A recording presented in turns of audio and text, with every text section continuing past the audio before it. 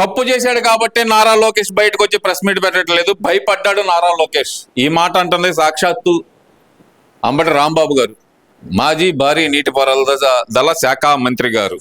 భారీ ఎత్తున ఉద్యమాలు చేస్తాం, దీన్ని ఎక్కడ దాకా తీసుకెళ్లాలో అక్కడ దాకా తీసుకెళ్తాం, డిఎస్సి పై మా పోరాటం ఆగదు అంటున్నారు కదా, మరి దానికేం చెప్తారు? అందరికి నమస్తే అండి. మీ వాసు పదిల. ఎవడికి భయపడ్డాడురా అంబటి రాంబాబు, నారా లోకేష్ బాబు? ప్రెస్ మీట్ ఎందుకు పెట్టాలి, ఎందుకు చేయాలి? ఇదేమన్నా స్కిల్ డెవలప్మెంట్ కేసు అనుకుంటున్నావా, లేకపోతే నువ్వు ఉన్నావా గవర్నమెంట్లో? ఏది మీ సైకో రెడ్డి జగన్ రెడ్డి ఏమన్నా గవర్నమెంట్లో ఉన్నాడా, ముఖ్యమంత్రికి ఉన్నాడా? లేని కేసులు పెట్టి లోపలేయటానికి సిగ్గు శరం లేకుండా మాట్లాడుతున్న అంబటి రాంబాబు, ముందు నువ్వు బయటకు వచ్చి మాట్లాడుతున్నావు చూడు, ఈపి పగిలిపోద్ది నీకు. డిఎస్సిలో ఏం జరిగిందంటే తెగ మాట్లాడుతున్నారు. అంటే ఏదన్నా పరీక్ష రాస్తారు, పరీక్ష 1,00,000 మంది రాశారనుకో, 1,00,000 మందికి జాబులు వస్తాయా? 1,00,000 మందికి జాబులు వస్తాయి. అంబటి రాంబాబు సిగ్గు ఇది లేకే కదరా 151 నుంచి 11 సీట్లు పడిపోయారు మీరు ఎదోళ్ళరా. జగన్ రెడ్డిని అడుగుతున్నాం, నీలాంటి లుచ్చాలతో మాట్లాడాల్సిన పని మాకు లేదు ఫస్ట్. ఎందుకంటే నీకు ఇరిగేషన్ డిపార్ట్మెంట్లో ఇరిగేషన్ మంత్రిగా ఎలగబెట్టి పోలవరంలో ఏం జరుగుతుందో, ఎన్ని టీఎంసీలు ఉంటాయో, ఎన్ని క్యూసెక్కుల నీళ్ళు ఉంటుందో తెలియని ఎదవు నీకు నేను సమాధానం, నాలాంటి సమాధానం చెప్పుడు. ఇక మా లోకేష్ బాబు రావాలరా? రాష్ట్ర అభివృద్ధి పదవిలో నడిపిస్తున్నటువంటి లోకేష్ బాబు వచ్చి నీకు చెప్పాలా సమాధానం? సిగ్గుశల మీ నాయకుడికే దిక్కు లేదు. నువ్వెవడు ఆఫ్టర్ ఆల్? నేనే చెప్తున్నా నీకు, రాసుకో. డిఎస్సి అనేది 2019కి ముందు మీ జగన్ రెడ్డి అంటే ఉత్తుత్తి జగన్ రెడ్డి వచ్చి సిపిఎస్ రద్దు చేస్తా, పిఆర్సి ఇస్తా, డిఎస్సిలు నెలకో డిఎస్సి ఇస్తా అన్నాడు. మీ దుర్మార్గుడు జగన్ రెడ్డి. ఒక డిఎస్సి అన్నా ఎలగబెట్టారా మీరు? ఒక్కటన్నా జాబ్ క్యాలెండర్లో రిలీజ్ చేశారా? వచ్చిన సంవత్సరంన్నర లోపే మా విద్యాశాఖ మంత్రివర్యులు నారా లోకేష్ బాబు, మా యువనాయకుడు, డిఎస్సిని కాల్ఫర్ చేసి 16,000 టీచర్ పోస్టులు డిఎస్సికి భర్తీ చేశాం. ఏది మీలాగా ఇంట్లో కూర్చొని పేపర్లు రుద్దిలా తెలుసుకోమ్మా అంబటి రాంబాబు. ఇంట్లో కూర్చొని పేపర్లు రుద్దిచ్చి తాడేపల్లి ప్యాలెస్లో జాబులు ఇవ్వలా. సిగ్గు లేకుండా మాట్లాడుతున్నారు. పారదర్శకంగా పెట్టి ఆన్లైన్లో పెట్టి ఎవరి డిఎస్సి అభ్యర్థులు ఎవరికైనా దగ్గరికి వెళ్ళు, అప్లికేషన్ పెట్టి ఎవరిదోలకు పెట్టి ఆన్లైన్లో కాల్ఫర్ చేసి ఒక పద్ధతి ప్రకారం చేసాంరా డిఎస్సిని. అందుకనే 16,000 మందికి డిఎస్సి ఉద్యోగాలు ఇవ్వగలిగాం. నీలాగా ఏమీ లేకుండా 5,000 రూపాయలకి డిగ్రీ చదివిన వాడికి తీసుకొచ్చి నువ్వేం చేసావు? నీ కింద పాలేరం చేసి 5,000 రూపాయలు జాబ్ ఇచ్చి నువ్వు ఎలగబెట్టావు. 2 లక్షలు ఇచ్చాను, 3 లక్షలు ఇచ్చాను. 16,000 టీచర్ పోస్టులు అంటే అర్థం తెలుసారా నీకు? రేపు మళ్ళీ డిఎస్సి, మెగా డిఎస్సి మళ్ళీ చేస్తాం. ఆపుకో దమ్ముంటే. ముండా నువ్వు ఇప్పుడు ఏదో పెట్టి ధర్నాలు చేసి మీ యొక్క తందానాన్ని తీసుకొచ్చి కూర్చోబెట్టి ధర్నాలు చేస్తే భయపడే రోజులు కాదు ఇవి. సిగ్గు శరం ఉండాలి మీకు. ధర్నాలు చేసేటప్పుడు ప్రతి ఒక్కరికి కూడా మేము మనవి చేసుకుంటున్నాం, మీ ఈ జగన్మోహన్ రెడ్డి ఇచ్చే దొంగ వేదికలకి, దొంగ మాటలకి మీరు లొంగిపోవద్దు. రాష్ట్రాన్ని ఇప్పటికే 50 సంవత్సరాలు వెనకపాటు చేశాడు జగన్ రెడ్డి. ఒక 16,000 మంది డిఎస్సి చేసి టీచర్లుగా వాళ్ళని చేస్తే ఎంతమంది విద్యార్థులు తీర్చిదిద్దుతారో మీకు తెలుసా? గవర్నమెంట్ కళాశాలలు, ప్రభుత్వ పాఠశాలలు ఎలా అవుతున్నాయో తెలుసా మీకు? అందరినీ బాగా చేయటానికి డిఎస్సి పెట్టాం. మీలాగా రాక్షస పాలన చేద్దాం, దోచుకుందాం, లోపల దాచుకునే చరిత్ర మాకు లేదు. దీనికి లోకేష్ బాబు వచ్చి సమాధానం చెప్పాల్సిన పని లేదు. మెగా డిఎస్సి మళ్ళీ వేస్తాం. నీకు దమ్ముంటే ఆపుకో. నీకు ఇప్పుడు నువ్వు ఎవరైతే డిఎస్సి రాసిన అభ్యర్థులను తీసుకొచ్చి నువ్వు కూర్చోబెట్టి మాట్లాడిస్తున్నావు చూడు జగన్ రెడ్డి, అవి మంచి పద్ధతి కాదు. మేము డిఎస్సి రాసిన అభ్యర్థులకి అందరు క్వాలిఫై అవ్వాలని రూల్ ఏం లేదు. ఎవరైతే మెరిట్ స్టూడెంట్ ఉంటాడో, మెరిట్గా కష్టపడి చదువుకొని ర్యాంకు సాధిస్తారో వాళ్ళకి డిఎస్సి ఉద్యోగాలు వస్తాయి, టీచర్ ఉద్యోగాలు వస్తాయి. అంతే తప్పితే రాసిన వాళ్ళకి అందరు రారు. వాళ్ళందరిని ఏరుకొని తీసుకొచ్చి నువ్వు పెట్టినంత మాత్రాన మాకు పోయేది ఏం లేదు. నేను మళ్ళీ అందరిని అడుగుతున్నాం, ఎవరైతే ఈరోజు మీరు వచ్చి డిఎస్సి ఎగ్జామ్ రాసామండి మాకు జాబ్ రాలేదంటున్నారో మీ స్కోర్ కార్డు తీయండి, మీకు ఎంత పర్సెంటేజ్ వచ్చిందో తీయండి. మీకు వస్తే అర్హత ఉంటే రండి మాట్లాడుకుందాం. అర్హత లేకుండా మిమ్మల్ని మేము తక్కువ చేసి మాట్లాడాలని కాదు. మీరు కష్టపడ్డారు, రాశారు, రాలేదు, మళ్ళీ ప్రయత్నించండి. మళ్ళీ మెగా డిఎస్సి పెడుతున్నాం, మెగా డిఎస్సిలో పాల్గొనండి. అంతేగాని రాజశేఖర్ రెడ్డి కుటుంబం చేసే కసాయి రెడ్డి చేసే పాలనను మళ్ళీ గుర్తు చేయొద్దండి. వాళ్ళు చేసే అబద్ధాలు నమ్మొద్దని మనవి చేసుకుంటున్నాను.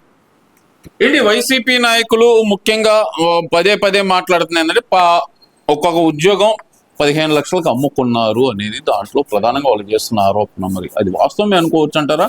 ఉద్యోగం 15 లక్షలకు అమ్ముకోవడం అనేది సిక్కులేని మాటలండి ఇవన్నీ. అంటే వీళ్ళు అమ్ముకున్నారు అంతకుముందండి. కోటాలో ఉన్న 389 ఉద్యోగాలు అమ్ముకున్నారు. స్పోర్ట్స్ కోటాలో ఎవరు ఇస్తామండి సర్టిఫికేట్? మేము ఇస్తావా? స్పోర్ట్స్ కోటాలో ఇప్పుడు 350 వచ్చినాయి కదా. 350 వచ్చిన వాళ్ళు ఎవరిస్తారు? స్పోర్ట్స్కు సంబంధించిన వాళ్ళు ఒక సర్టిఫికేట్ ఇస్తారు. శాప్ కూడా కాదు, శాప్ అధికారులు ఇస్తారు. రవినాయుడు లేదా పొదిలోసో ఇంకొకరు ఎవరు శాప్ అధ్యక్షుడిగా ఎవరెవరు శాపులో సంబంధించిన ఎవరైతే అథ్లెటిక్స్ కానీ గేమ్స్ పరంగా ఎవరైతే ముందంజలో ఉంటారో వాళ్ళకు ఒక సర్టిఫికేట్ ఇస్తారు. సర్టిఫికేట్ ప్రకారం జాబ్ వస్తుంది. అంతేగాని జగన్మోహన్ రెడ్డికి ఇవ్వాలా? ఇప్పుడు ఇతను కొబ్బరికాయ కొడటానికే ఒకడు కొబ్బరికాయ కొడటానికి ఒకటి పెట్టాలి, ఇతనికి ఇవ్వాలా? మేము అడుగుతున్నాం. మీరు ఇలాంటి నాసిరకమైన మాటలు, ఆధారాలు లేనటువంటి మాటలు గుడ్డగాల్సి ముఖాన్ని వేద్దాం అనుకుంటే అవన్నీ జరిగే పని కాదు. అసాక్షిలో వచ్చిన ఎడిటోరియల్ చదివి జనాలు ఎవరూ మోసపోవట్లేదు. మేము భారతీ రెడ్డిని కూడా అడుగుతున్నాం, అసలు సాక్షి అని పేరు పెట్టుకున్నారు కదా, నిజాలు మాట్లాడరా మీరు? అసలు అసాక్షి దానికి ముందు ఆదేర్చితే అసాక్షి. జగన్ రెడ్డి చేసే కుటిల రాజకీయాల్ని ఈ భారతీ రెడ్డి ఒక పేపర్ పెట్టుకొని ఒక టీవీ ఛానల్ పెట్టుకొని అసాక్షి అని పేరు పెట్టుకొని దాన్ని ముందుకు తీసుకెళ్తారు తప్పితే మేము అడుగుతున్నాం, మేము అసలు మీరు చెప్పిన దానికి ఏం వ్యాలిడ్ ఉందని మేము అన్ని ఎంక్వైరీలు వేయాలి.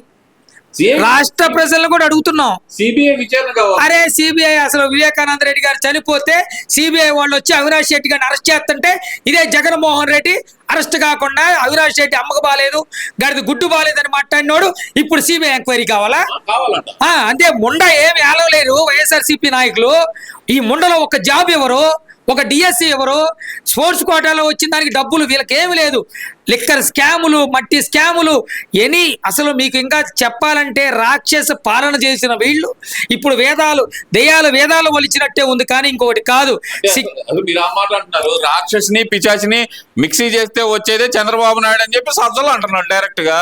సజ్జల గారి గురించి కూడా మాట్లాడదాం. మీరు ఇంకా అడిగారు కాబట్టి చెబుతున్నాం. నేనేమంటాడు, జగన్మోహన్ రెడ్డి గొడ్డలి సిసోలో ఏదేదో చెప్తున్నాడు. ఇంకా నయం మావాడు బుక్కా పకీర్ అని చెప్పట్లా. ఎందుకు చెప్తున్నామంటే అసలు రాక్షసుని చంపాలంటే చంద్రబాబు నాయుడు గారు నేరాలేకేమైనా ఒక్కసాటన్నా ఇది చేయండి అని మాకేమైనా చెప్పాడా? ఎవరినైనా జైల్లో వేసాడు. ఇప్పుడు భారతీ రెడ్డిని తిట్టిన మా కిరణ్నే జైల్లో వేసిన గణులు మా నాయకులు. మేము అది కూడా చెప్తున్నాం. ఎక్కడ మా పరిటాల రవి గారిని కోల్పోయాం. నిన్నగాక పార్థసార రెడ్డి గారు కడపలో రాజారెడ్డిని వేసిన 18వ ముద్దాయి, అతనికి కూడా ఆప్యాం కదా. అసలు మా నాయకుడు అందరి చేతులు కట్టేస్తాడు, ధర్మానికి న్యాయానికి ఫ్యాక్షన్కి దూరంగా ఉంటాడు. ఫ్యాక్షన్ విలేజ్లో ఉన్న పిల్లలు ఫ్యాక్షన్తో ఎవరైతే చనిపోతారో వాళ్ళ పిల్లల్ని తీసుకెళ్ళి మా ఎన్టీఆర్ టెస్ట్లో ఉండి చదివిస్తాం. ఎక్కడైనా సరే మా నాయకుడు ఎలాంటోడు, మీ నాయకుడు ఎలాంటోడు. ఇక ఖడ్గాలు ఏమన్నా తీసుకొని మేము రావాలి. నరరూప రాక్షసుడు నరకాసులు లాంటోడు జగన్ రెడ్డి అంటారు తప్పితే చంద్రబాబు నాయుడు గారిని ఎవరైనా అంటారా? ఏరా సజ్జలా, సిగ్గు లేకుండా మాట్లాడతావు, పనికి దొరికావు మాకు. అంతకుముందు సకల శాఖ మంత్రిగా ఒలగబెట్టి సచ్చావు. సజ్జలుగా నీ వయసుకు తగ్గట్టు చేయి. సోది మాటలు మాట్లాడుకుంటా చంద్రబాబు నాయుడు గారు జగన్ పాలిట్ అవుతాడు. ఎవరు పాలిట్ అవుతాడు తెలుసా? జగన్మోహన్ రెడ్డి న్యాయానికి ధర్మానికి ఎవరైతే కట్టుబడి ఉంటారో వాళ్ళ గొడ్డల పొడితో నరికేస్తాడు జగన్ రెడ్డి. తర్వాత ఆడబిడ్డలు ఎవరైతే మానభంగాలు ఎవరన్నా చేస్తే వాడిని తీసుకొచ్చి ఇంట్లో పెట్టుకుంటాడు జగన్ రెడ్డి. కత్తులు కటారాలు పార్టీ మీదని ఈ సజ్జలుగాడు ఒప్పుకుంటున్నప్పుడు జనాలు కూడా తెలుసుకోవాలి, అది గొడ్డల పార్టీయే కాదంట. మారణ దాన్ని ఏమంటారు, మానవ మృదంగాలు వాదిచ్చే అవన్నీ కూడా ఈ జగన్ రెడ్డి తాడే ప్యాలెస్లోనో బెంగళూరు ప్యాలెస్లోనో లేదా ఆడ సచ్చింది ఇంకో ప్యాలెస్ ఆడ హైదరాబాద్లో ఆడకే మకా మార్చినట్టున్నాడు. ఈ 3 చోట్ల మరణ మృదంగం వాడటానికి అన్ని అడ్డు పెట్టుకొని చేస్తాడని సజ్జలగాడే చెప్పాడు. మేము ఇంకోటి అడుగుతున్నాం, ఎవడో జగన్ రెడ్డి నాశనం చేసిన పని లేదు. జగన్ రెడ్డి మామూలుగానే నాశనం అవుతాడు. అతను కూరుడు దుర్మార్గుడు. ఈ సజ్జలగాడు ఇంకా జగన్మోహన్ రెడ్డి ఇంకా బొక్కబగిరి చేసి పడేస్తాడు. సరే, ఇవన్నీ ఒక ఎత్తు అయితే కల్వకుంట్ల కవిత గారు ఒక వ్యాఖ్య అయితే చేశారు.